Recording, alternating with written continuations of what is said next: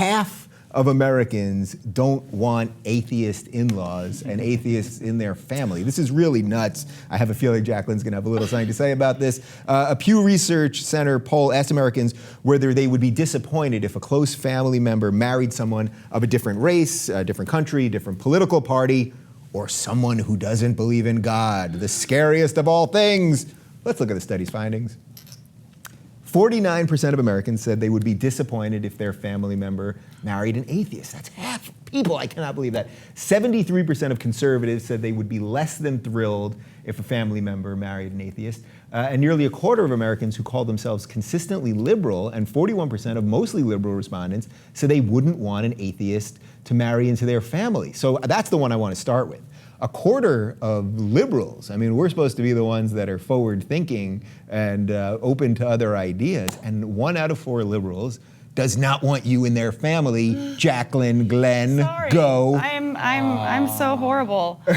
I mean, I think it just goes along with the misconception that atheists have no morals, that we're not good people. I mean, none of those numbers surprised me because I've been around this for a long time. I know how distrusted, we're like the most distrusted group of people in this country. There's many studies that say that people distrust. Yeah, I mean, there was a study one time where they asked people if there was an abandoned car and it was, if somebody went through it and stole everything out of it, would you expect that this person was, A, B, C, and one of the options was like, rapist, murderer, atheist, and it's like, oh, definitely the atheist. That was the highest chosen answer, and it's like, really? I mean, whenever all these different studies are lined up, we are on par with rapists and murderers, as far as the lack of trust goes, and it's fascinating. And I think most of that's just because there's such a stigma behind it, because people think that you have to have religion to have morality or some sort of spirituality, and to say that you're on your own without that is very scary to a lot of people. Yeah. So quick before I let you jump in, Hank. So how does an atheist get morals if not being handed down to them by the Lord? Everyone has morals, and if you follow the morals handed down to you by the Lord, you'd end up in jail.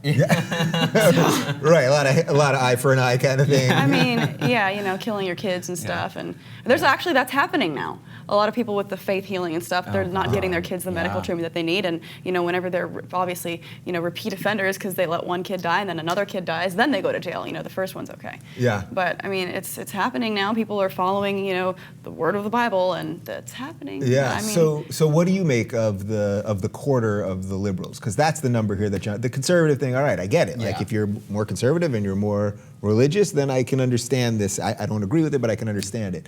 A quarter of liberals, that's a lot. I'd like to see how they broke down the word liberal, because liberal doesn't necessarily mean not religious. No, it doesn't. So a lot of liberals actually do still identify with some kind of faith, and I think people in general, it's human that you want to see yourself reflected in others, and those are the ones that you gravitate more towards anyways.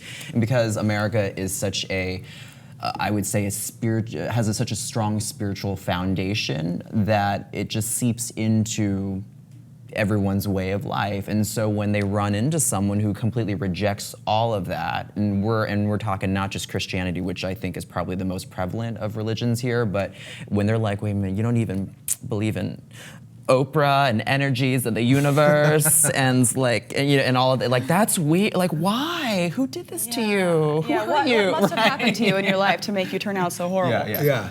I mean, I think another thing about this is, like, whenever you think about the word liberal, a lot of times whenever you identify as something, you expect that everyone in that category is like this awesome, open-minded, free-thinking person. Mm-hmm. Right. And I've learned the hard way that even within the atheist community, you can't expect all of them to be open-minded and free-thinking. How interesting. Yeah. So there is discrimination even within the atheist community. It's because you're human beings.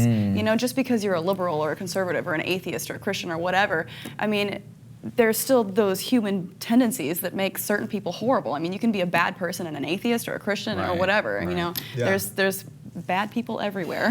How much of this do you guys think has to do with tradition more than religion per se? Because I could see, I'm not religious per se, but I do like some of the traditions, like during Passover, I'll have a Seder. I like the tradition of it. It doesn't have a religious connotation to me, really. So I could see why someone would say, oh, I don't want someone coming into my family who's not going to care about the traditions more than the religion itself. Am I a bit of a jump or something there? I mean, I can see that, yeah. I can see that being a thing, but I think most of it is just people are scared of atheists. Yeah. I mean, even if you sat there and said, I'm not religious, that would go over completely differently than saying I'm an atheist. Right. You know, like I've heard stories of people, you know, saying that they're not religious or that they're not atheists, and the response is, well, I can understand you not believing in God, but an atheist?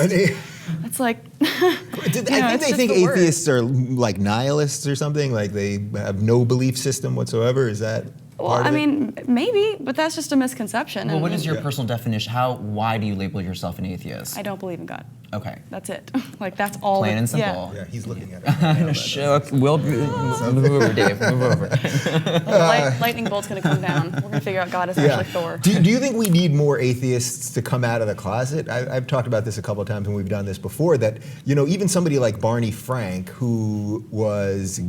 open. No. Well, so he was openly gay in the 80s in Congress. Right. I think he came out in like 1982 or 1983. Had an incredibly proficient career, and then he didn't come out as an atheist until about a month after he resigned last year. So atheists are actually behind gay people in their Barney Frank's exposure. Stirring up the pot. So what you're trying to say, Dave, is that atheist rights are the new trans rights? Is what you're trying to say? We're really Trans people are just getting their rights, but there's not even time for that. I'm sorry. We're really pushing. I know. Yeah, because we can just deal with one thing at a time Actually, in this exactly. country. To answer your question, yes, I think it's very important because I do believe that atheists are misrepresented and misunderstood in this country. Yeah.